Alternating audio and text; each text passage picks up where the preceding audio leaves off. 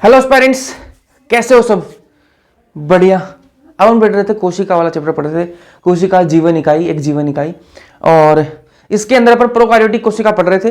Prokaryotic कोशिका को अपन पूरा पढ़ चुके हैं। उसके अंदर सिर्फ अपन वो फ्लेजिला के बारे में पढ़ना बाकी है।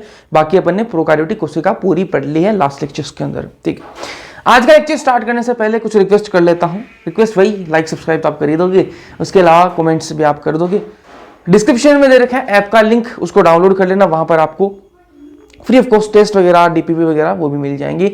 और डिस्क्रिप्शन में ही आपको टेलीग्राम चैनल का लिंक भी मिल जाएगा। वहां पर आपको ये पता रहेगा कि कब क्लास होती है, कब नहीं होती। सारा शेड्यूल आपको पता लग जाएगा। टेस्ट का शेड्यूल भी वहीं आपको पता लगेगा। ठीक है, चलो शुरुआत करते हैं आज के लेक्चर की। और अपन प्रोकार्योटिक कोशिका पढ़ रहे थे, उसके अंदर पूरी पढ़ ली थी अपन ने। सिर्फ कसाबिका के बारे में अपन को बात करनी है, फ्लेजिला के बारे में अपन को बात करनी है। शुरुआत करते हैं आज के लेक्चर की। आ जाओ, कसाबिका, फ्लेजिला। ठीक है, फ्लेजिला। फ्लेजिला जो कसाबिका है, ये भी एक कोशिका के अंदर से निकली हुई एक आउटग्रोथ ही मान लो। ठीक है, और जीवाणु जो होते हैं ना, बैक्टीरिया जो होते हैं, वो दो प्रकार के हो सकते हैं भैया। या तो वो एचएल हो सकते हैं या फिर वो चल हो सकते हैं भैया। एचएल और चल का मतलब जो ना चल सके वो एचएल हो जाएगा, और जो चल सकता है वो चल हो जाएगा। ठीक, तो बैक्टीरिया दो प्रकार का हो सकता है। जीवाणु एचएल भी हो सकता है और चल भी हो सकता है। अगर वो चल होगा ना तो उसके अंदर कसाबिका होगी, उसके अंदर फ्लेजिला मौजूद होगी। अगर वो एचएल है तो कोई दिक्कत वाली बात है ही नहीं। लेकिन अगर वो चल हुआ ना, अगर वो जीवाणु चल हुआ तो उसके अंदर मोटाइल हुआ तो उसके अंदर कसाबिका जो है वो मौजूद होगी। ठीक है, कसाबिका भित्ति से पतली है। ठीक है, जो कसाबिका कहां से निकलती है? कोशिका भित्ति से निकलती है। कोशिका भित्ति से निकलती है। कोशिका भित्ति से पतली तंतुमय संरचना निकलती है। उसको क्या कहते हैं अपन? फ्लेजिला कहते हैं। फ्लेजिला क्या है? कोशिका भित्ति से निकलती है, पतली और तंतुमय संरचना होती है। फिलामेंटस होते हैं, तंतु जैसी संरचना होती है। ठीक है, उसे क्या कहते हैं? अपन कसाबिका कहते हैं। कसाबिका की संख्या व विन्यास का क्रम भिन्न हो सकता है। ठीक है, कसाबिका की संख्या हर जीवाणु के अंदर, हर कोशिका के अंदर अलग अलग प्रकार की संख्या के अंदर कसाबिका मौजूद हो सकती है। किसी के अंदर 2, किसी के अंदर 4, किसी के अंदर 8, इस प्रकार से एग्जांपल के लिए। तो इसकी संख्या और इसका जो अरेंजमेंट है लगने का, वो अलग अलग हो सकता है। अलग अलग हो सकता है, अलग अलग कोशिकाओं के अंदर, अलग अलग जीवाणुओं के अंदर। समझ में आई बात? एक बार मैं पानी पी लूं, फिर अपन आगे बढ़ेंगे। थोड़ा सा पानी पी लूं।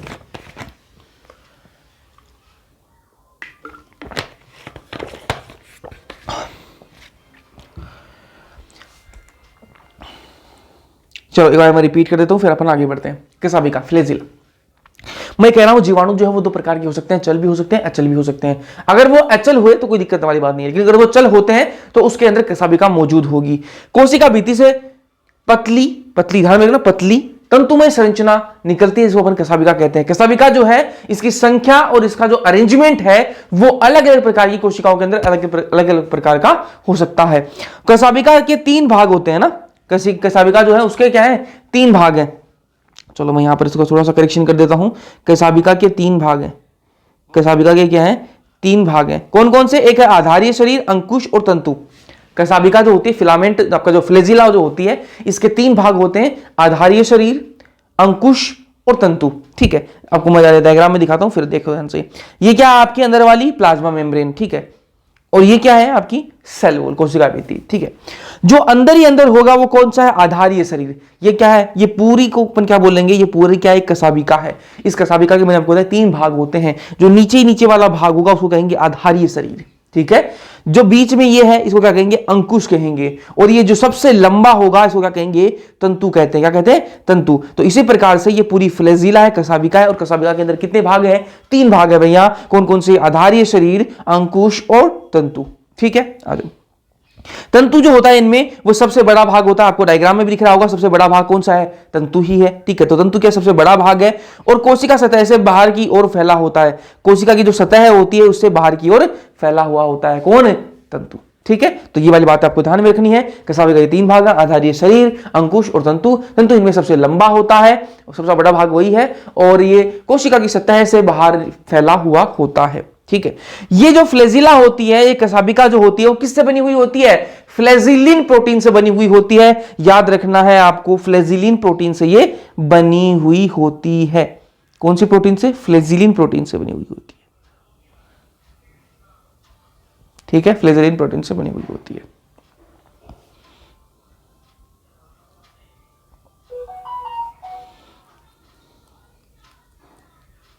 फ्लेजेलिन प्रोटीन से बनी हुई होती है। ठीक है बात है, चलो आगे बढ़ते हैं।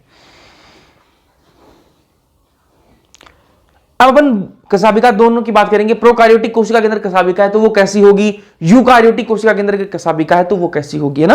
तो कसाबिका प्रोकार्योटिक कोशिका के अंदर भी हो सकती है, यूकार्योटिक कोशिका के अंदर भी हो सकती है। तो प्रोकार्योटिक कोशिका वाली कसाबिका कैसी होगी और यूकार्योटिक वाली कसाबिका किस प्रकार की होगी। तो प्रोकार्योटिक कोशिका के अंदर कसाबिका होगी वो कैसी होगी, छोटी होगी, और यूकार्योटिक कसाबिका कैसी होगी, लंबी होगी। ठीक है, प्रोकार्योटिक कसाबिका छोटी, यूकार्योटिक कसाबिका लंबी। ठीक है, प्रोकार्योटिक कसाबिका पतली होगी और यूकार्योटिक कसाबिका जो है वो मोटी होगी। ठीक है, सिंपल डिफरेंस है जी। प्रोकार्योटिक कसाबिका छोटी और पतली, यूकार्योटिक मोटी और लंबी। ठीक है, प्रोकार्योटिक कसाबिका फ्लेजिलिन प्रोटीन से बनी हुई होती है, जबकि यूकार्योटिक कसाबिका जो वो ट्यूबुलिन प्रोटीन से बनी हुई होती है। ये डिफरेंस बहुत कॉमन है, लेकिन आपको जो ये आसान है, लेकिन जब एग्जाम में आप देखोगे तो यहां पर कंफ्यूजन हो सकती है, भाई फ्लेजिलिन प्रोटीन से कौन सी बनी हुई थी और ट्यूबुलिन प्रोटीन से कौन सी बनी हुई थी। दोनों आपको नाम याद रह जाएंगे, लेकिन ये नहीं पता रहेगा कि प्रोकार्योटिक फ्लेजिलिन से थी कि वो ट्यूबुलिन से थी। यहां पर गड़बड़ हो जाएगी, इसलिए आपको ध्यान से सुनना है बातों को। ठीक है, प्रोकार्योटिक कसाबिका फ्लेजिलिन प्रोटीन, यूकार्योटिक कसाबिका ट्यूबुलिन प्रोटीन। ठीक है, जो आपकी प्रोकार्योटिक कसाबिका होती है उसके 3 भाग होते हैं, आधारीय शरीर, अंकुश तंतु। भैया अभी तो आपने बताया था। ठीक है, लेकिन जो यूकार्योटिक कसाबिका होती है उसके 2 ही भाग होते हैं, आधारीय शरीर और तंतु। उसके अंदर अंकुश नहीं होता। ठीक है, जो प्रोकार्योटिक कोशिका है उसके अंदर, प्रोकार्योटिक कोशिका की जो कसाबिका होती है, फ्लैजिला जो होती है, उसके अंदर 3 भाग होते हैं, आधारीय शरीर, अंकुश और तंतु। जबकि मैं बात करूं यूकार्योटिक कसाबिका की तो उसके अंदर सिर्फ 2 भाग होते हैं, कौन कौन से, आधारीय शरीर और तंतु। ठीक है, आगे बढ़ते हैं। ये जो कसाबिका होती है प्रोकार्योटिक कसाबिका, इसका रोटेटरी मूवमेंट होता है, मतलब ऐसे 360 डिग्री में घूम सकती है, पूरा रोटेशन ले सकती है। ठीक है, जैसे पंखा घूमता है रोटेटरी मूवमेंट, उस प्रकार का रोटेटरी मूवमेंट होता है। ठीक है, 360 डिग्री पूरा घूम सकती है। लेकिन वही मैं बात करूं आपकी जो यूकार्योटिक कसाबिका की, तो उसका 180 डिग्री होता है, सिर्फ ऐसे जा सकती है ना, ऐसे ही। ठीक है, ये वाला मूवमेंट ही होगा ना, 180 डिग्री पे ऐसे ही घूम सकती है। ठीक है, जबकि उसका कैसा था, 360 डिग्री ऐसे। प्रोकार्योटिक कसाबिका का 360 रोटेटरी मूवमेंट होगा, जबकि यूकार्योटिक कसाबिका का सिर्फ 180 डिग्री होगा। ठीक है, ये इस पर झिल्ली आवरण नहीं होता, झिल्ली आवरण इस पर नहीं होता। किस पर, प्रोकार्योटिक कसाबिका जो होती है उस पर झिल्ली का आवरण नहीं होता, जबकि यूकार्योटिक कसाबिका होती है उस पर पीएम से आवृत होती है। वो पीएम मतलब प्लाज्मा मेम्ब्रेन से वो क्या होती है, आवृत होती है। तो ये कॉमन डिफरेंसेस है, ये डिफरेंस आपको पता होने चाहिए इनके बारे में। एक बार मैं वापस रिपीट कर देता हूं, फिर अपन आगे बढ़ेंगे। ठीक है, मैं कह रहा हूं प्रोकार्योटिक कसाबिका और यूकार्योटिक कसाबिका के अंदर अपन डिफरेंस देख रहे हैं। प्रोकार्योटिक कसाबिका होती है वो छोटी होती है, ठीक है, जब यूकार्योटिक कसाबिका लंबी होती है। प्रोकार्योटिक कसाबिका पतली होती है, यूकार्योटिक कसाबिका मोटी होती है। प्रोकार्योटिक कसाबिका फ्लेजिलिन प्रोटीन से बनी हुई होती है, यूकार्योटिक कसाबिका ट्यूबुलिन प्रोटीन से बनी हुई होती है। प्रोकार्योटिक कसाबिका के अंदर 3 भाग होते हैं, आधारीय शरीर, अंकुश और तंतु। वहीं मैं बात करूं यूकार्योटिक कसाबिका की, उसके अंदर 2 ही भाग होते हैं, आधारीय शरीर और तंतु। फिर मैं बात करूं जो प्रोकार्योटिक कसाबिका होती है वो रोटेटरी मूवमेंट शो करती है, 360 डिग्री घूम जाती है। वहीं मैं बात करूं यूकार्योटिक कसाबिका की, वो 180 डिग्री मूवमेंट दिखाती है। फिर मैं बात करूं प्रोकार्योटिक कसाबिका की, उसके अंदर वो कोई झिल्ली से आवृत नहीं होती। और वहीं मैं बात करूं यूकार्योटिक कसाबिका की, वो पीएम से आवृत होती है, प्लाज्मा मेम्ब्रेन से उसका आवरण होता है। ठीक है, चलो यहां पर अपनी प्रोकार्योटिक सेल खत्म हो जाती है। अपन ने एक ही इसमें टॉपिक छोड़ा था प्रोकार्योटिक कोशिका के अंदर, वो कसाबिका छोड़ा था, वो अपन ने कर लिया है। अब अपन बात करेंगे यूकार्योटिक सेल स्टार्ट करेंगे और यूकार्योटिक सेल को डिटेल में करने वाले हैं। ठीक है, प्रोकार्योटिक सेल को अपन ने पढ़ लिया। इसमें शामिल है यूकार्योटिक सेल के अंदर कौन कौन शामिल होंगे, सभी प्रोटिस्ट यूकार्योट होते हैं। ठीक है, सभी फंजाई यूकार्योटिक के अंदर आते हैं, सभी प्लांट्स यूकार्योटिक के अंदर आते हैं और सभी एनिमल्स यूकार्योट होते हैं। तो यूकार्योटिक सेल के अंदर कौन कौन शामिल होंगे, प्रोटिस्ट, फंजाई, प्लांट, एनिमल्स, सारे के सारे आ जाएंगे यूकार्योट के अंदर। ठीक है, जो यूकार्योटिक कोशिकाएं होती हैं उनके अंदर झिल्ली में केंद्रक आवरण होता है। केंद्रक जो होता है उस पर झिल्ली में आवरण होता है, उसको न्यूक्लियर मेम्ब्रेन कहते हैं, केंद्रक झिल्ली कहते हैं, उससे आवृत होती है। वही अपन ने बात करी थी प्रोकार्योटिक कोशिका के अंदर, उसके अंदर केंद्रक पर कोई झिल्ली का आवरण नहीं होता, जबकि यूकार्योटिक कोशिकाएं होती हैं उनके अंदर झिल्ली का आवरण होता है, केंद्रक के ऊपर झिल्ली का आवरण होता है। झिल्ली का आवरण है, इसलिए क्या कह सकते हैं अपन, जो केंद्रक है वो कैसा है, व्यवस्थित केंद्रक है। बढ़िया झिल्ली का आवरण है, बढ़िया व्यवस्थित तरीके से वो रह रहा है, मतलब ऑर्गेनाइज्ड क्या है आपका न्यूक्लियस है, व्यवस्थित केंद्रक है। एनसीईआरटी की लाइन है। एक मिनट, सर्दी का टाइम है लेकिन फिर भी पता नहीं क्यों प्यास लग रही है मेरे को। ठीक, जो यूकैरियोटिक कोशिकाएं होंगी उनके अंदर जो केंद्रक होता है उस पर झिल्ली में आवरण होता है, न्यूक्लियर मेम्ब्रेन से आवृत होती हैं, और इसीलिए कहा जाता है कि ये क्या है, व्यवस्थित केंद्रक है इनका। ठीक है, झिल्लीदार अंगकों की उपस्थिति होती है, उसके कारण कोशिका द्रव्य विस्तृत कक्षयुक्त प्रतीत होता है। जो अंगक होते हैं कोशिका के अंदर, जो अंगक मौजूद हैं वो भी कैसे हैं, झिल्लीदार हैं। झिल्लीदार होने के कारण ये कैसा उनका जो कोशिका द्रव्य जो है वो कैसा प्रतीत होता है, वो कक्षयुक्त प्रतीत होता है। ऐसा लगता है कि यहां पर अलग अलग कक्ष बने हुए हैं। एग्जांपल दूं मैं, ये मान लो कोशिका है, ये कोशिका, इस कोशिका के अंदर क्या है, अंगक मौजूद है। ये मान लो एक अंगक है, ये क्या है, झिल्ली से आवृत है, झिल्ली से आवृत है। ऐसे दूसरा अंगक है, ये भी क्या है, झिल्ली से आवृत है। तो ऐसे अगर सारे झिल्ली से आवृत होंगे तो ऐसा नहीं लग रहा कि इसके अंदर ये जो कोशिका द्रव्य है इसके अंदर क्या है, अलग अलग कमरे बने हुए हैं। एक कमरा ये हो गया, एक कमरा ये हो गया, एक कमरा ये हो गया। कक्षयुक्त लग रही है ये पूरा जो कोशिका द्रव्य होगा, जो साइटोप्लाज्म है वो पूरा कक्षयुक्त लग रहा है। एक बार मैं वापस दिखा देता हूं। मान लो ये देखो, ये क्या है, कोशिका है, कोशिका है। इस कोशिका के अंदर एक अंगक ये है और ये झिल्ली से घिरा हुआ है, एक अंगक ये है, ये झिल्ली से घिरा हुआ है, एक अंगक ये है, ये भी झिल्ली से घिरा हुआ है। तो आपको ये नहीं लग रहा क्या कि इस कोशिका के अंदर जो साइटोप्लाज्म है उसके अंदर अलग अलग कमरे बने हुए, एक कमरा ये, एक कमरा ये, एक कमरा ये। इस यही कहना चाह रही है एनसीईआरटी, ये झिल्लीदार अंगकों की उपस्थिति के कारण, कि झिल्लीदार अंगक जो है उनकी उपस्थिति है, इसकी वजह से कोशिका द्रव्य जो है, साइटोप्लाज्म जो है वो विस्तृत कक्षयुक्त प्रतीत होता है। कक्षयुक्त मतलब कंपार्टमेंट से बने हुए हैं, इस प्रकार का वो लगता है। ठीक है, चलो। आनुवांशिक पदार्थ गुणसूत्रों के रूप में व्यवस्थित रहते हैं। जो आपका आनुवांशिक पदार्थ है, जो जेनेटिक मटेरियल है, वो किसमें कन्वर्ट हो चुका है, वो किसके रूप में रहेगा, वो क्रोमोसोम्स के रूप में, गुणसूत्रों के रूप में रहेगा। जो जेनेटिक मटेरियल है वो किसमें परिवर्तित हो चुका है, गुणसूत्रों के रूप में। यूकारियोटिक कोशिका के अंदर गुणसूत्र मिलेंगे अपन को बहुत सारे। ठीक है, तो आनुवांशिक पदार्थ गुणसूत्रों के रूप में व्यवस्थित रहते हैं। विभिन्न प्रकार के जटिल गतिकीय एवं कोशिका कंकाल जैसी संरचना मिलती है। और इसके अलावा अपन को यूकारियोटिक कोशिका के अंदर क्या मिलता है, विभिन्न प्रकार के जटिल गतिकीय, ठीक है, कॉम्प्लेक्स, जटिल क्या है, गतिकीय और कोशिकीय कंकाल जैसी संरचना मिलती है। जटिल गतिकीय कौन से हो गए, गति में कौन कौन सहायता करते हैं, फ्लेजिला हो गया, सीलिया हो गया, सूडोपोडिया, ये वाली संरचना अपन को देखने की मिल सकती है। उसके अलावा कोशिकीय कंकाल में कौन आ जाएंगे, माइक्रोफिलामेंट्स, इंटरमीडिएट फिलामेंट्स और माइक्रोट्यूब्यूल्स। ये क्या हो गया आपकी कोशिकीय कंकाल। एनसीईआरटी की लाइन है ये भी। ठीक है, तो ये सारी चीजें अपन को कहां देखने के लिए मिलती हैं, एक यूकारियोटिक कोशिका के अंदर देखने के लिए मिलती हैं। एक बार मैं पूरी चीजें वापस रिपीट करूंगा ताकि आपको दिमाग में बैठ जाए, फिर अपन आगे बढ़ेंगे। चलो, यूकारियोटिक सेल, यूकारियोटिक सेल के अंदर कौन कौन शामिल होते हैं, सभी प्रोटिस्ट, सभी फंजाई, सभी प्लांट, सभी एनिमल्स आते हैं यूकारियोट्स के अंदर। ठीक है, फिर अपन बात करें कि यूकारियोटिक कोशिका के अंदर अपन क्या मिलता है। अपन जो यूकारियोटिक जो सेल होती है उसका अंदर जो केंद्रक होगा उसके चारों तरफ आवरण होगा, किसका, झिल्ली का आवरण होगा। ठीक है, केंद्रक के आसपास ऊपर क्या होगा, झिल्ली का आवरण होगा। तो जो झिल्ली में केंद्रक आवरण होगा इसलिए उस केंद्र को क्या कह सकते हैं अपन, व्यवस्थित केंद्रक कह सकते हैं, न्यूक्लियर मेम्ब्रेन से आवृत होगा। ठीक है, इसके अंदर जो यूकारियोटिक कोशिका होंगी उसके अंदर जो अंगक होंगे वो भी कैसे होंगे, झिल्लीदार होंगे। इसलिए अपन को यूकारियोटिक कोशिका का जो कोशिका द्रव्य होगा वो कैसा लगेगा कि इसके अंदर तो कक्ष युक्त है, ये इसके अंदर कक्ष बने हुए हैं अलग अलग, कैसे, क्योंकि जो उसके अंगक हैं वो क्या है, झिल्ली से घिरे हुए हैं। ठीक है, आनुवांशिक पदार्थ जो है वो गुणसूत्रों के रूप में व्यवस्थित है। ठीक है, आनुवांशिक पदार्थ जो होगा यूकारियोटिक कोशिका के अंदर वो क्या है, गुणसूत्रों में व्यवस्थित होगा। विभिन्न प्रकार के जटिल गतिकीय और कोशिकीय कंकाल पाए जाएंगे। गतिकीय कौन कौन से इसमें, फ्लेजिला हो गया आपका, सीलिया होगा, सूडोपोडिया। और वही मैं बात करूं आपको कोशिकीय कंकाल तो उसके अंदर आ जाएंगे आपके माइक्रोफिलामेंट, इंटरमीडिएट फिलामेंट और माइक्रोट्यूब्यूल्स। ठीक है, चलो अब हम डिफरेंस देख लेते हैं पादप कोशिका और जंतु कोशिका के अंदर, है ना।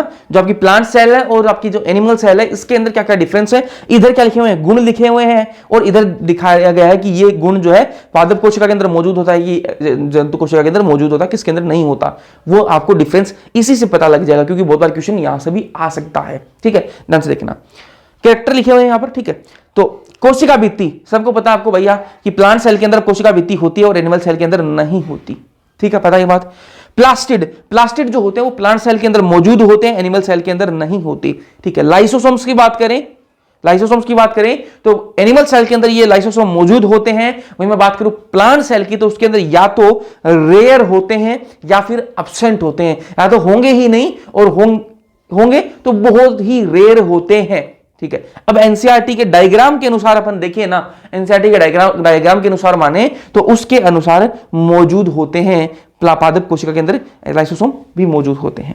ग्लाइओक्सिसोम की बात करें तो प्लांट सेल के अंदर मौजूद होते हैं, एनिमल सेल के अंदर नहीं होते। स्फेरोसोम की बात करें तो प्लांट सेल के अंदर होते हैं, एनिमल सेल के अंदर नहीं होते।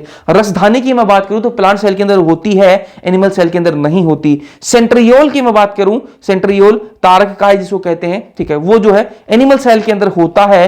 प्लांट सेल की बात करें तो लगभग सभी प्लांट सेल, यहां प्लास्ट सेल लिख दिया क्या, लगभग सभी प्लांट सेल में ये एब्सेंट होता है। सेंट्रियोल जो होता है वो लगभग सभी प्लांट सेल में क्या होता है, एब्सेंट होता है। लेकिन कुछ लोअर प्लांट्स जो होते हैं ना, निम्न जो प्लांट्स हैं आपके, निम्न जो पादप हैं, उनके अंदर मौजूद होता है। तो अगर आपको क्वेश्चन में ये पूछ ले कि सेंट्रियोल प्लांट सेल के अंदर होता है या नहीं होता, तो आप क्या कहोगे, नहीं होता। ठीक है, लेकिन अगर आपको ये पूछे कि निम्न पादपों में सेंट्रियोल मौजूद होता है या नहीं होता, तो आप कहोगे हाँ बिल्कुल होता है। ठीक है, चलो खाद्य भंडारण की बात करें तो जो प्लांट्स होते हैं वो आप सबको पता है किस रूप में, जो खाना है उसको किस रूप में स्टोर करते हैं, स्टार्च के रूप में स्टोर करते हैं खाने को। वही मैं बात करूं एनिमल्स की तो वो ग्लाइकोजन के रूप में खाने को स्टोर करते हैं। माइक्रोविलाई जो है वो प्लांट के अंदर एब्सेंट होती है और एनिमल के अंदर प्रेजेंट होती हैं। मिडल लेमिला की बात करें, मध्य पटलिका, ये प्लांट के अंदर मौजूद होती है, एनिमल के अंदर नहीं होती, एनिमल सेल के अंदर नहीं होती। प्लाज्मोडेस्माटा की बात करें तो ये प्लांट सेल के अंदर होती है, एनिमल सेल के अंदर नहीं होती। तो ये कुछ डिफरेंसेस हैं, ये आपको पता होने चाहिए, यहां से भी आपके बहुत सारे जो डाउट्स हैं वो क्लियर हो जाती हैं। ठीक है, एक बार मैं इसको रिपीट कर देता हूं, फिर अपन आगे बढ़ते हैं। ठीक है, पढ़ क्या रहे हैं अपन, पादप कोशिका और जंतु कोशिका के अंदर फर्क पढ़ रहे हैं, क्या क्या डिफरेंसेस हैं, कॉमन डिफरेंसेस क्या है वो अपन पढ़ रहे हैं। कोशिका भित्ति पादप कोशिका के अंदर होती है, एनिमल के अंदर नहीं होती। ठीक है, प्लास्टिड प्लांट सेल के अंदर होती है, एनिमल सेल के अंदर नहीं होती। लाइसोसोम्स रेयर होते हैं या फिर एब्सेंट होते हैं प्लांट सेल के अंदर। ठीक है, डायग्राम की माने एनसीईआरटी के तो होती है। ठीक है, और जंतु कोशिका के अंदर ये होते ही है लाइसोसोम। गायोक्सिसोम की बात करें तो प्लांट सेल के अंदर होते हैं, एनिमल सेल के अंदर नहीं होते। स्पोरोसोम की बात करें तो प्लांट सेल के अंदर होते हैं, एनिमल सेल के अंदर नहीं होती। रसधानी की मैं बात करूं तो प्लांट सेल के अंदर होते हैं, एनिमल सेल के अंदर नहीं होती। सेंट्रियोल की मैं बात करूं तो प्लांट सेल के अंदर होती है और लगभग सभी प्लांट के अंदर एब्सेंट होती है, लेकिन कुछ निम्न पादप जो है उनके अंदर होती है। ठीक है, खाद्य भंडारण की मैं बात करूं तो खाना किस रूप में स्टोर करते हैं, तो प्लांट सेल जो होते हैं वो स्टार्च के रूप में स्टोर करती हैं और जो एनिमल सेल होते हैं वो ग्लाइकोजन के रूप में। माइक्रोविलाई जो होते हैं वो प्लांट सेल के अंदर नहीं होते, एनिमल सेल के अंदर होते हैं। मिडल लेमेला की बात करूं तो प्लांट सेल के अंदर होते हैं, एनिमल सेल के अंदर नहीं होते। और वही मैं बात करूं प्लाज्मोडेस्माटा जीवद्रव्य तंतु की मैं बात करूं तो प्लांट सेल के अंदर ये होते हैं, एनिमल सेल के अंदर नहीं होते। यहां तक डिफरेंस आपको पता लग गया।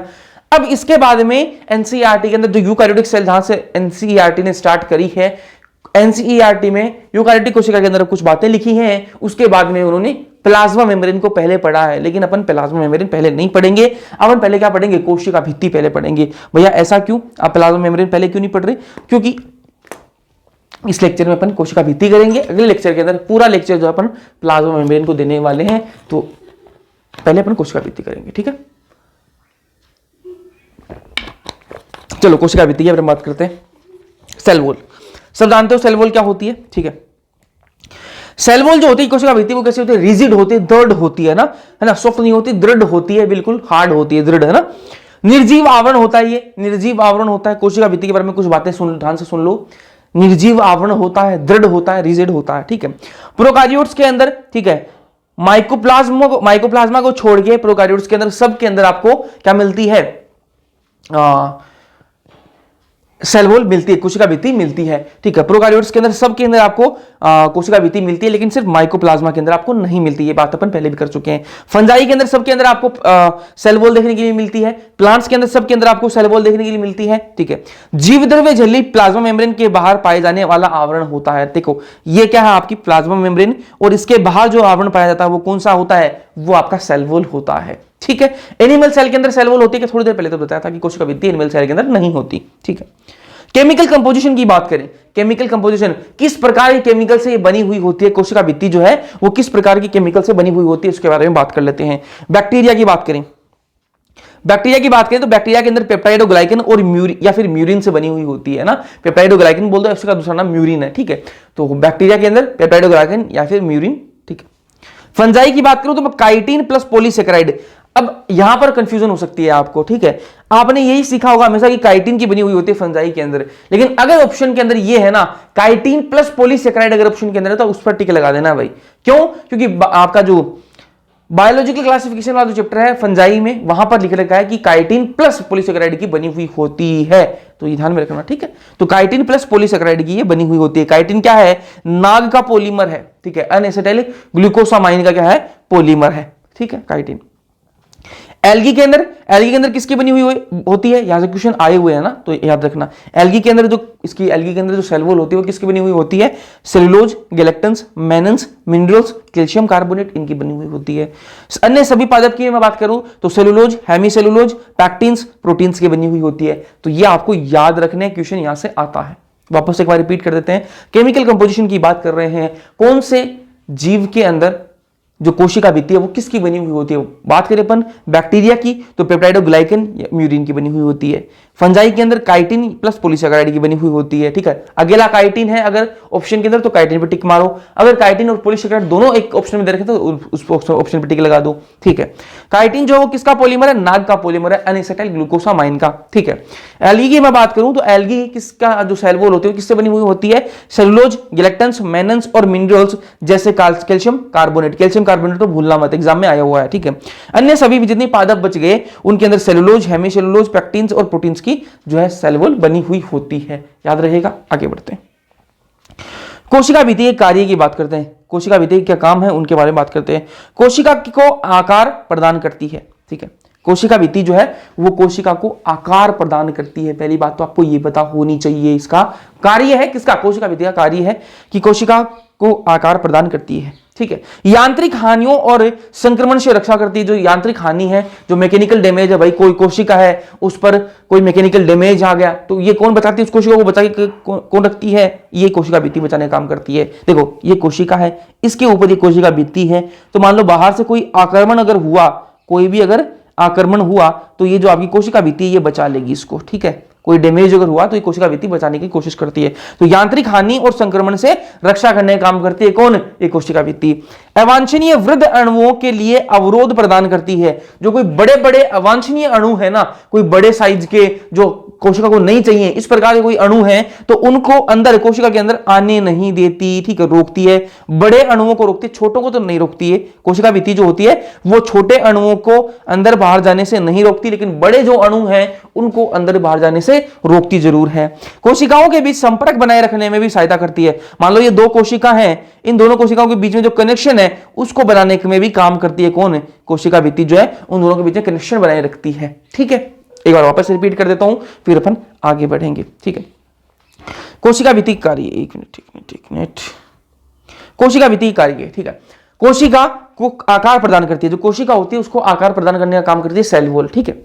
यांत्रिक हानियां जो मैकेनिकल डैमेज हो गए, उसके अलावा संक्रमण से क्या करती है? रक्षा करती है किसकी? कोशिका की। कौन? सेल वॉल करती है, ठीक है। अवांछनीय जो वृद्ध अणु है, वृद्ध अणु का मतलब जो बड़े साइज के जो अणु हैं उनके लिए अवरोध प्रदान करती है। तो सेल वॉल होती है वो अवरोध प्रदान करती है किसके लिए? जो अवांछनीय वृद्ध अणु हैं उनके लिए ना। कोशिकाओं के बीच में संपर्क, जो अलग अलग कोशिकाएं हैं उनके बीच में क्या है? संपर्क बनाने का काम भी कौन करती है? कोशिका भित्ति करती है। अब बात करते हैं अपन किसका? कोशिका भित्ति के निर्माण की अपन बात करते हैं। आ जाओ भाई, ठीक है। एक डायग्राम बनाते हैं, कोशिका भित्ति का निर्माण किस प्रकार से होता है।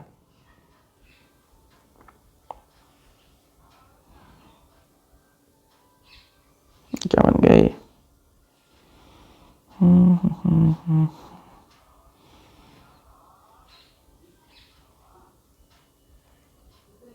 ठीक है, ये कोशिका है ना, लेकिन ये कोशिका क्या हो रही है? विभाजित हो रही है। ये कोशिका क्या हो रही है?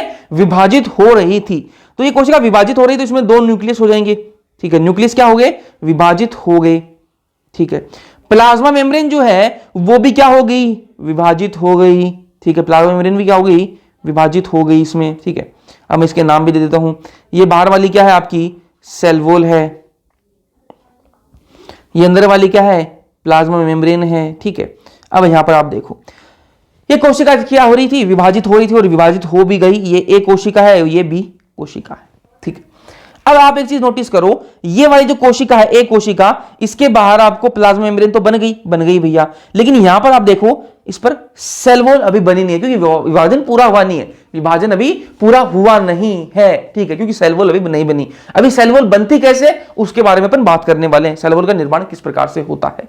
तो सबसे पहले जब विभाजन हो रहा होता है तो क्या बनते हैं, स्पिंडल फाइबर बनते हैं, ठीक है, बनते हैं स्पिंडल फाइबर। अभी आपको नहीं पता रहेगा कि स्पिंडल फाइबर क्या होता है, लेकिन जब अपन कोशिका विभाजन वाला चैप्टर पढ़ेंगे ना, अगला जो चैप्टर पढ़ेंगे उसके अंदर स्पिंडल फाइबर आएगा। अभी आप इतना समझो कि स्पिंडल फाइबर होते हैं, वही स्पिंडल फाइबर जो हैं, ठीक है, वो अंदर से यहां पर उनके कुछ अवशेष आ जाते हैं, ठीक है, इस कंडीशन को कहते हैं फ्रेगमोप्लास्ट कहते हैं, ठीक है, फ्रेगमोप्लास्ट। फिर यहां पर क्या आते हैं, कुछ गोल्जी बॉडी आ जाते हैं, गोल्जी बॉडी, कौन सी बॉडी, गोल्जी बॉडी।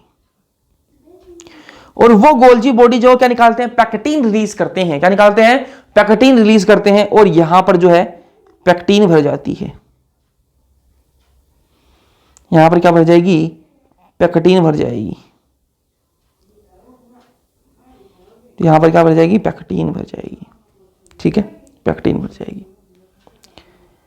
और इसको क्या कहते हैं अपन, इसको क्या कहते हैं, सेल प्लेट कहा जाता है, क्या कहते हैं इसको, सेल प्लेट कहते हैं, इसी को क्या कहते हैं, सेल प्लेट। तो सेल प्लेट में क्या होती है, अधिक पैक्टिन होती है, क्या होती है, अधिक पैक्टिन होती है इसके अंदर, ठीक बात है, यहां तक कोई दिक्कत होनी नहीं चाहिए। उसके बाद में यहां पर क्या बनता है जी, एक मिनट, इसी को मैं इसी कलर से बना देता हूं, चलो, कैल्शियम पैक्टेट, ठीक है, इसके अंदर क्या हो जाता है, कैल्शियम पैक्टेट होता है, और ये जो है ये कन्वर्ट हो जाती किसमें, किसमें कन्वर्ट होती है, ठीक है, ज्यादा कॉम्प्लेक्स ना करेंगे चीजों को, कॉम्प्लेक्स नहीं करते हुए सिंपल भाषा में बताते हैं आपको, जितना अपने काम का है उतनी बातें करते हैं। और ये क्या बन जाता है, मिडिल लेमिला, ठीक है, ये बनती है middle lamella, middle lamella, middle lamella, ठीक है, मध्य पटलिका, मध्य पटलिका, ठीक है। इसको मैं और डिटेल में बता सकता था, लेकिन मैं नहीं चाहता कि आपको कॉम्प्लेक्स को, फ्रेगमोप्लास्ट बनता है, फिर सेल प्लेट, फिर उससे कोल्जी बॉडी, ज्यादा डिटेल में नहीं जाना अपन को, ठीक है। इसलिए अपन को जितना काम का अपने उतना ही अपन को करना चाहिए, ठीक है। मिडिल लेमिला की बात कर लेते हैं। मुख्यतः इसमें कैल्शियम पैक्टेट होता है। सबसे पहले क्या बनी थी, सेल प्लेट बनी भैया, सबसे पहले क्या बनी, सेल प्लेट, उसमें क्या था, अधिक पैक्टिन था। उसके बाद में क्या बनी, मिडिल लेमिला बन गई भैया, बन गई मिडिल लेमिला, यहां पर बन गई, ठीक है, मिडिल लेमिला। मिडिल लेमिला में क्या मुख्यतः क्या है, कैल्शियम पैक्टेट है, ठीक है। अब मिडिल लेमिला का काम क्या है, आसपास की कोशिकाओं को आपस में चिपकाए व पकड़े रहती है, ठीक है। जो मिडिल लेमिला जो है वो आसपास की जो कोशिकाएं हैं उनको आपस में चिपका कर रखती है और उनको पकड़ कर रखती है, ठीक है।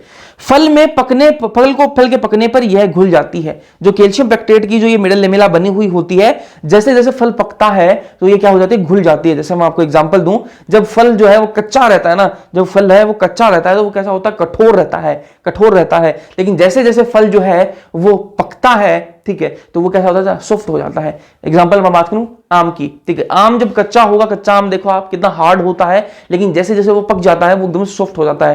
क्यों, क्योंकि ये जो कैल्शियम पैक्टेट की ये बनी हुई जो मिडिल लेमिला है, जैसे जैसे वो फल पका वो घुल गई, ठीक है, ये कैल्शियम पैक्टेट जो है वो घुल गया, और जब घुला तो वो क्या होगी, सॉफ्ट होने लग गई, ठीक बात है, ठीक है। तो ये कैल्शियम पैक्टेट का क्या काम है, ये मान लो दो कोशिकाएं हैं, ठीक है, दो कोशिकाएं हैं, इन दोनों कोशिकाओं के बीच में क्या भरा हुआ है, कैल्शियम पैक्टेट भरा हुआ है, जो कि इन दोनों कोशिकाओं को आपस में जोड़ने का काम करता है। जब ये कैल्शियम पैक्टेट इतना हार्ड है तो ये घुल जाएगा, तो ये दोनों सेल जो है ये सॉफ्ट हो जाएंगी, ठीक है, तो ये फल भी क्या होता है, सॉफ्ट हो जाता है, ठीक है। चलो, मिडिल लेमिला बन गई।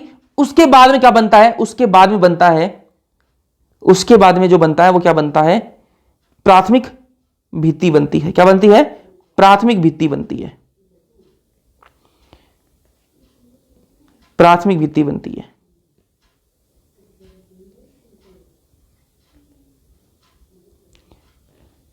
प्राथमिक भित्ति, ये क्या है, प्राथमिक भित्ति। पहले क्या बनी, मिडिल लेमिला, उसके बाद में क्या बनी, प्राथमिक भित्ति। प्राथमिक भित्ति के बारे में कुछ बातें लिखते हैं अपन, है ना, प्राथमिक भित्ति, ठीक है। ये मिडिल लेमिला के ऊपर बनती है, हिंदी में लिखते हैं, चलो, मध्य पटलिका के ऊपर बनती है,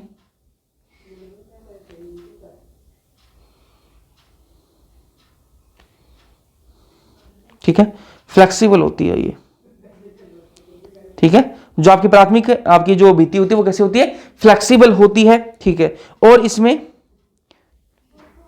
वृद्धि करने योग्य होती है, ये वृद्धि कर सकती है, वृद्धि करने योग्य होती है,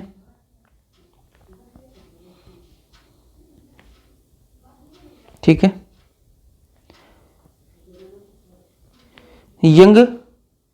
यंग कोशिका में बनती है,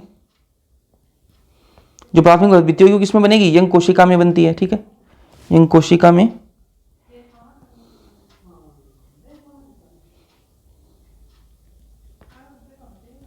यंग कोशिका में बनती है, ठीक है।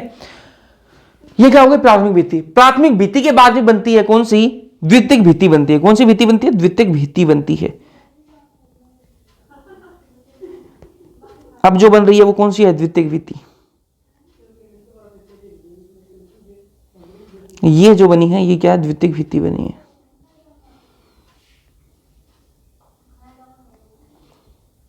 ये है जी कौन सी, द्वितीयक भित्ति।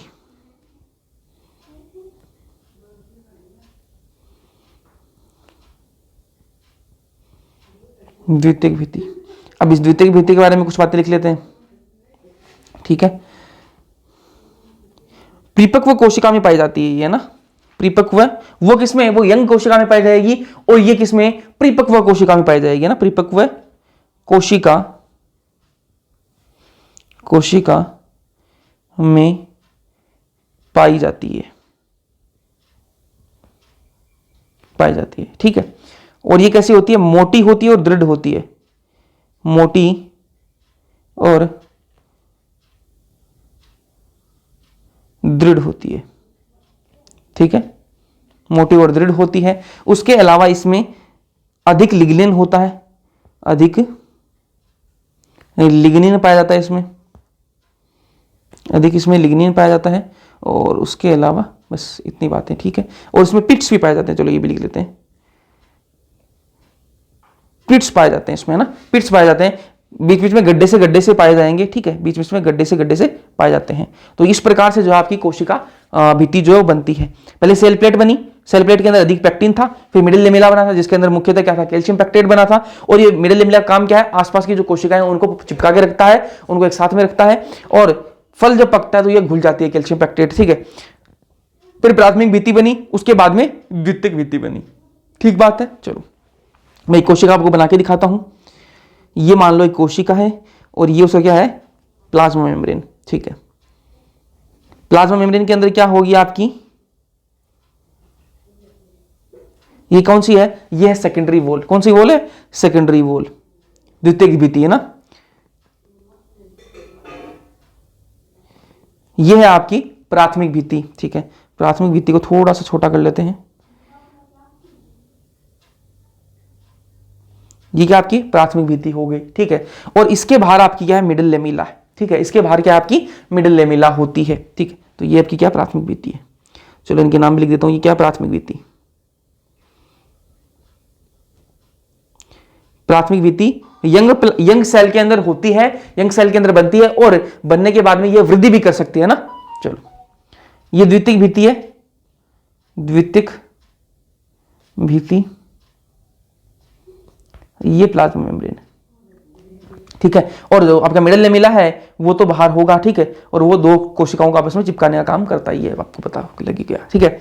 बाहर से भीतर की बात करें तो सबसे बाहर क्या होगी आपकी मध्य पटलिका, मतलब आपकी जो मिडिल लेमिला मध्य पटलिका सबसे बाहर होगी। उसके बाद में क्या आपकी प्राथमिक भित्ति भैया, हाँ प्राथमिक भित्ति सबसे बाहर है। उसके बाद में क्या आपकी द्वितीयक भित्ति, ठीक है भैया। उसके बाद में क्या आएगी प्लाज्मा मेम्ब्रेन। तो बाहर से अंदर की तरफ जाएंगे तो अपन को सबसे पहले क्या दिखेगी, आपकी मध्य पटलिका, उसके बाद में क्या दिखेगी आपको प्राथमिक, उसके बाद द्वितीयक, उसके बाद में प्लाज्मा मेम्ब्रेन। एक मिनट दीजिएगा,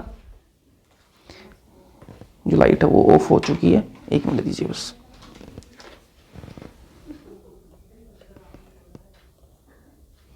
ठीक है,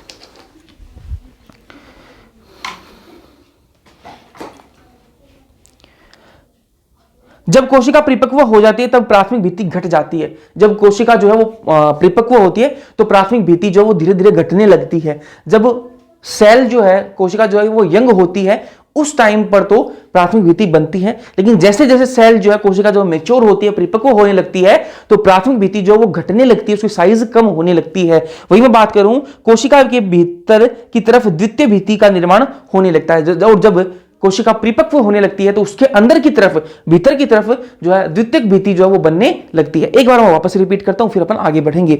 बाहर से भीतर जब अपन जाते हैं तो सबसे पहले अपन को क्या दिखाई देता है, मध्य पटलिका, उसके बाद में अपन को प्राथमिक भित्ति, उसके बाद में द्वितीयक भित्ति, फिर प्लाज्मा मेम्ब्रेन अपन को दिखाई देती है। जब कोशिका यंग होती है तो उसके अंदर प्राथमिक भित्ति होती है, लेकिन जैसे जैसे कोशिका परिपक्व होती है तो प्राथमिक भित्ति जो वो घटने लगती है और भीतर की तरफ द्वितीयक भित्ति जो उसका निर्माण होने लगता है। ठीक, अब बात करते हैं अपन प्लाज्मोडेस्मेटा की बात करते हैं।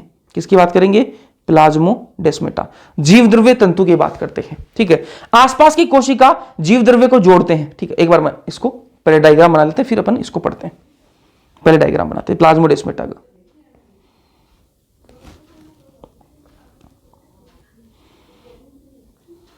ऐसे नहीं, ऐसे नहीं, थोड़ा सा जूम कर लेते हैं इसको।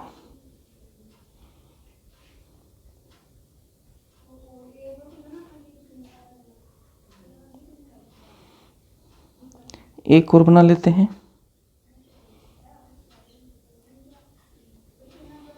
ठीक है, और इसके बाहर बना लेते हैं अपन क्या,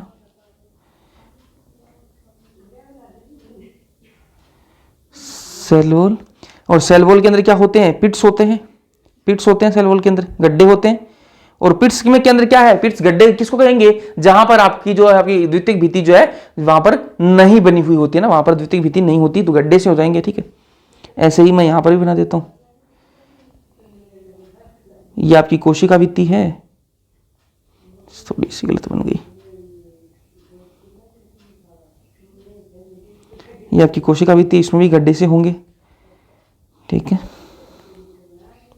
जो मैंने इस साइड में बनाए हैं, इस साइड में बनाए वैसे गड्ढे इस साइड में भी होंगे ना, पूरी में ही होते हैं ये ना।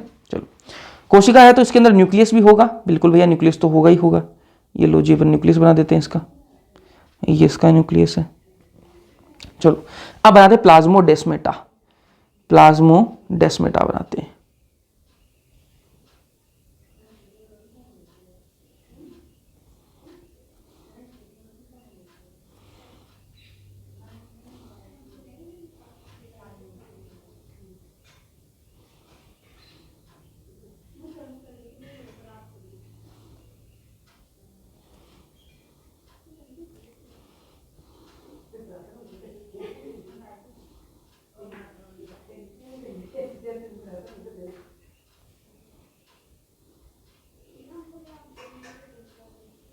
ठीक है, प्लाज्मोडेस्मेटा।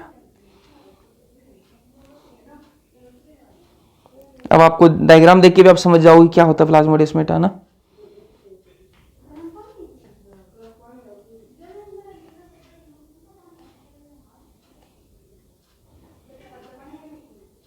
ठीक है, ये है जी प्लाज्मोडेस्मेटा, है ना। ये क्या बना है? प्लाज्मोडेस्मेटा। चलो, इसका नाम भी मैं लिख देता हूं यहां पे, प्लाज्मोडेस्मेटा। ठीक है, प्लाज्मोडेस्मेटा का काम आपको समझ में अब आ गया होगा कि दो कोशिकाओं के बीच में किसी चीज का आदान प्रदान करना है। दो कोशिकाओं के बीच में किसी चीज का आदान प्रदान करना है। मान लो ये वाली कोशिका है, इसने आज बढ़िया सब्जी बनाई है। ठीक है, तो ये अपना आदान प्रदान इस प्लाज्मोडेस्मेटा के द्वारा इसको वो सब्जी भेज देगी, इस वाली कोशिका को, तो दोनों बढ़िया कर लेंगे। कभी इसने बढ़िया चीज बनाई तो वो इसको इधर भेज देगी। तो दोनों कोशिकाओं के बीच में किसी सामान का, किसी पदार्थ का आदान प्रदान करना होता है तो वो किसके द्वारा होता है? इसी प्लाज्मोडेस्मेटा के द्वारा होता है। और ये प्लाज्मोडेस्मेटा किस किस को भेद कर आ रहा है? प्लाज्मा मेम्ब्रेन, ठीक है, सेल वॉल, और बाहर बीच में क्या होगा? इन दो कोशिकाओं को जोड़ के कौन रखता है? मिडिल लेमिला, मध्य पटलिका भी तो होगी बीच में, तो मध्य पटलिका और इनको क्या है? चीरता हुआ ये कौन आता है? प्लाज्मोडेस्मेटा बनता है। बस इसके बारे में पढ़ लेते हैं अब। ठीक है, आसपास की कोशिका द्रव्य को जोड़ता है। बिल्कुल, आसपास की जो साइटोप्लाज्म में कोशिका द्रव्य जो है उसको जोड़ रहा है। दो कोशिकाओं के बीच में जो कोशिका द्रव्य है उनको जोड़ने का काम करता है प्लाज्मोडेस्मेटा। बिल्कुल सही बात है। ठीक है, कोशिका भित्ति और मध्य पटलिका में प्लाज्मोडेस्मेटा आड़े तिरछे रूप से स्थित रहते हैं। बिल्कुल आड़े तिरछे ही है। ठीक है, और किसके अंदर? कोशिका भित्ति और मध्य पटलिका भी यहां होगी। ठीक है, सही बात है। इसमें ईआर ट्यूब्यूल्स होते हैं, ये जो ट्यूब्यूल्स बने हुए हैं इनको क्या कहेंगे, ईआर ट्यूब्यूल्स होते हैं, जिनको अपन डेस्मोट्यूब्यूल्स भी कहा जाता है, इनको क्या कहते हैं, डेस्मोट्यूब्यूल भी कहा जाता है। कोशिकाओं के बीच पदार्थ के संचलन में ये सहायता करते हैं। जो प्लाज्मोडेस्माटा होते हैं वो कोशिकाओं के बीच में पदार्थ का जो संचलन है, आदान प्रदान है, उसमें ये सहायता करते हैं। तो यहां पर प्लाज्मोडेस्माटा आपको समझ में आया होगा। एक बार मैं वापस इसको रिपीट कर देता हूं, फिर अपन खत्म करते हैं इसको, ठीक है। प्लाज्मोडेस्माटा जीवद्रव्य तंतु की अपन बात कर रहे हैं। आसपास की जो कोशिका द्रव्य है उनको जोड़ते हैं ये, ठीक। आसपास की जो कोशिकाएं हैं उनकी कोशिका द्रव्य को ये जोड़ता है। कोशिका भित्ति और मध्य पटलिका में प्लाज्मोडेस्माटा, एनसीईआरटी की लाइन है, ये वाली एनसीईआरटी की लाइन है, आपको याद होनी चाहिए, ठीक है, एग्जाम में आ सकती है। कोशिका भित्ति और मध्य पटलिका में प्लाज्मोडेस्माटा आड़े तिरछे ये पड़े रहते हैं। इसमें ईआर ट्यूब्यूल्स होते हैं, जिनको अपन डेस्मोट्यूब्यूल्स भी कहते हैं, ठीक है। कोशिकाओं के बीच पदार्थ का संचलन में सहायता ये करते हैं। यहां पर अपना ये प्लाज्मोडेस्माटा खत्म हो जाता है। इसके आगे अपन कल प्लाज्मा मेम्ब्रेन स्टार्ट करेंगे, ठीक है। पूरा एक साथ में प्लाज्मा मेम्ब्रेन पढ़ेंगे ताकि चीजें बीच में जो मतलब छूट ना जाए। तो प्लाज्मा मेम्ब्रेन के लिए पूरा एक लेक्चर लेंगे, तो वो अपन अगले लेक्चर के अंदर पढ़ेंगे। वीडियो यहाँ पर समझ में आया, छोटी क्लास है, ठीक है, समझ में आया या नहीं आया कमेंट सेक्शन में कमेंट करके जरूर बताना। वीडियो पसंद आया लाइक कर देना, अपने दोस्तों के साथ में शेयर कर देना। बाकी मिलते हैं अगले लेक्चर्स के अंदर, तब तक के लिए पढ़ते रहो।